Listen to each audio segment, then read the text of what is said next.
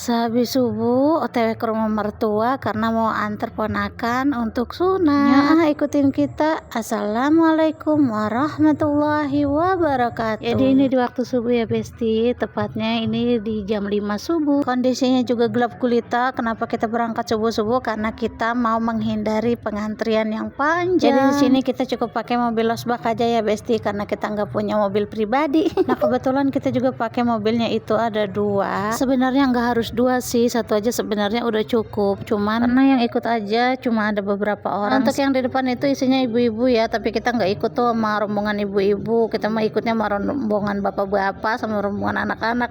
Kenapa kita ikut di rombongan ini? Karena ada anak kita guys tuh yang cowok, bukan kenapa-napa, soalnya dia itu belum sarapan, dia takut masuk angin kalau di sini kita sambil nyuapin anak kita. Nah ini dia udah mulai lapar tuh kan, kita suapin. Karena emang dia juga kelupaan pakai jaket, gak kepikiran gitu sih tadi harus pakai jaket. Tapi kalau misalnya udah disuapin gini jadinya kita lebih santai. Tuh pas suami nggak ikut, kenapa? Karena kita yang bontot masih tidur, jadi kalau misalnya nanti kebangun nggak ada ayahnya, nggak ada mamanya, dia bakalan nangis kejer. Ujuk-ujuk udah terang aja nih Besti. Wow, kira-kira dari rumah itu menuju ke tempat sunat sekitar 1 jam ya. Jadi ketika berangkat tadi itu kita jam 5 dan diperkirakan nyampe ke sana itu jam 6. Nah ini kita sambil ngeliatin pesawat deh, cakep banget, enak juga gitu suasananya ya, seger. Nah kita ini udah mau nyampe aja, sekarang waktunya untuk kita turun. Ciluk bakeko. Kita itu dari rumah gelap-gelap untuk menghindari antrian, tapi masya Allah ketika sampai sini antriannya luar biasa banget, masya Allah. Ini dari tempat kita jalan itu sampai ke rumah Haji Amung atau tempat yang buat sunat itu masih jauh Besti.